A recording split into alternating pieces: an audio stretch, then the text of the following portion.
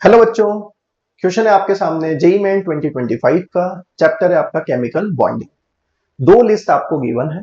List one में आपको बोला है classification of molecule based on octet rule and list two में आपके एग्जांपल है। एक एक ऑप्शंस को हम रीड करेंगे और यहां से मैच करते चलेंगे। सबसे पहले हम ए ऑप्शन की बात करते हैं। ए ऑप्शन में हमको बोला गया है मॉलिक्यूल्स ओबेइंग ऑक्टेट रूल। आपको यह बताना है इन चारों पेयर में से कौन कौन ऑक्टेट रूल को फॉलो करता है। क्लियर होगी बात। तो सबसे पहले मैंने यहाँ पे वन बाय वन ऑप्शन को देखना स्टार्ट किया। मैंने डायरेक्ट लिख के रखा है कि CCl4 और CO2 को हम चेक करने वाले हैं। मैं समझा देता हूं कि यही हम क्यों चेक कर रहे हैं। CCl4 का स्ट्रक्चर बनाते हो तो टेट्राहेड्रल ज्योमेट्री बनेगा। कार्बन ने अगर ध्यान से देखोगे तो यहाँ पे 4 बॉन्ड्स बना रखे हैं। 4 बॉन्ड का मतलब कार्बन के पास 8 इलेक्ट्रॉन आ चुके हैं। क्लियर हो गई बात। इसका मतलब CCl4 का ऑक्टेट कंप्लीट है। उसी के साथ पेयर में CO2 लिखा है। CO2 का लीनियर स्ट्रक्चर होगा। कार्बन ने टोटल 4 बॉन्ड्स बना रखे हैं। अगर 4 बॉन्ड्स हैं तो टोटल इलेक्ट्रॉन 8 हो जाएंगे। तो आप देख सकते हो कि CCl4 और CO2 दोनों पेयर आपके ऑक्टेट को कंप्लीट कर रहे हैं। तो ए ऑप्शन में पूछा था मॉलिक्यूल्स ओबेइंग ऑक्टेट रूल, तो ये पेयर मैच हो जाता है 4th नंबर से। तो ए के आगे हम मेंशन कर देंगे 4 नंबर। क्लियर हो गया बेटा। आगे बढ़े। सेकंड लिखा है B molecules with incomplete octet. इस पेयर में से आपको फाइंड करना है कि किसका ऑक्टेट इनकंप्लीट है। तो इनकंप्लीट ऑक्टेट वाला पेयर है BCl3 और AlCl3। दोनों में चेक करते हैं हम। BCl3 का स्ट्रक्चर बनाओगे तो इस तरीके से ट्राइगोनल प्लेनर बनेगा। बोरोन ने 3 बॉन्ड्स बना रखे हैं। 3 बॉन्ड का मतलब 6 इलेक्ट्रॉन। AlCl3 भी सेम स्ट्रक्चर है। 3 बॉन्ड का मतलब 6 इलेक्ट्रॉन। अगर आउटर मोस्ट शेल में सेंट्रल एटम के पास 8 से कम इलेक्ट्रॉन्स होते हैं तो उसका ऑक्टेट क्या होगा? Incomplete octet. तो molecules with incomplete octet match होता है सेकंड नंबर से। तो बी के आगे हमें लिखना पड़ेगा सेकंड। क्लियर हो गया। थर्ड ऑप्शन को रीड करते हैं molecules with incomplete octet with odd electron. ध्यान देने वाली बात क्या है, यहां पे इनकंप्लीट ऑक्टेट था, यहां पे इनकंप्लीट ऑक्टेट के साथ ऑड इलेक्ट्रॉन भी आपको निकालना है। तो ऑड इलेक्ट्रॉन मतलब एक सिंगल इलेक्ट्रॉन आपको दिखना चाहिए। तो ये पेयर है हमारा NO वाला और NO2 वाला। NO के स्ट्रक्चर में नाइट्रोजन के आउटर मोस्ट शेल में 5 इलेक्ट्रॉन है। 5 इलेक्ट्रॉन में से 2 अनपेयर्ड इलेक्ट्रॉन ऑक्सीजन के साथ 2 बॉन्ड बनाएंगे।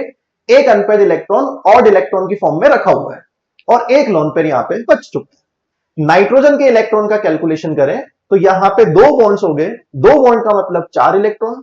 एक लोन पेयर मतलब 2 इलेक्ट्रॉन और, तो 4 + 2 6 और एक ऑड इलेक्ट्रॉन मतलब 7।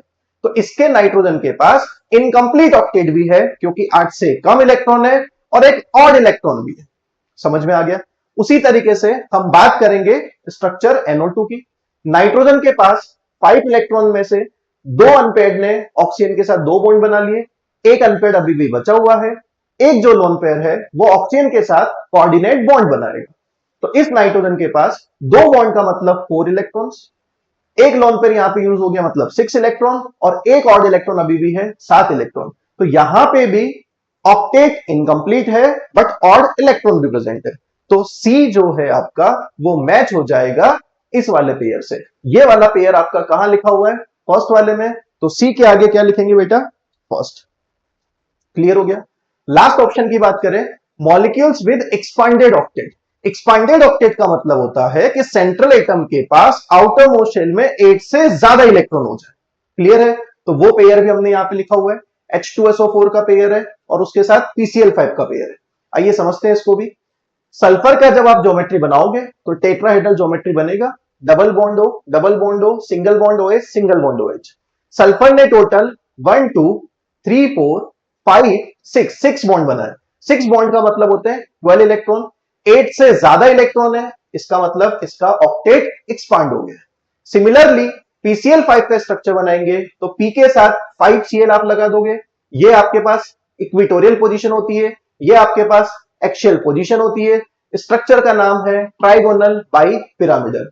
फास्फोरस ने 5 Cl लगा रखे हैं मतलब 10 इलेक्ट्रॉन होंगे, तो इसका भी ऑक्टेट एक्सपांड हो चुका है। तो डी वाला पेयर आपका मैच होगा H2SO4 PCl5 से। दैट इज डी को मैच करेंगे हम थर्ड ऑप्शन से। तो डी के आगे आपको लिख देना है थर्ड ऑप्शन।